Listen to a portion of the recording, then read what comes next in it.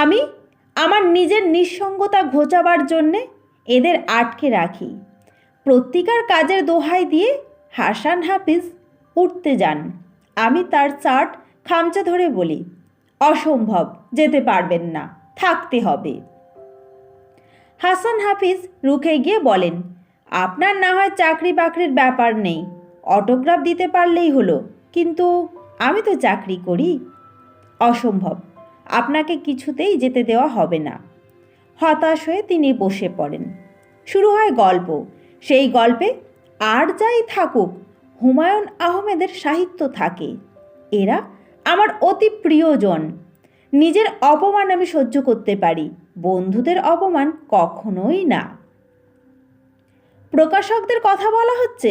হ্যাঁ, আমাকে দিয়ে তাদের কিছু স্বার্থসিদ্ধি তো হবেই, কিন্তু একটা ব্যাপার ভুললে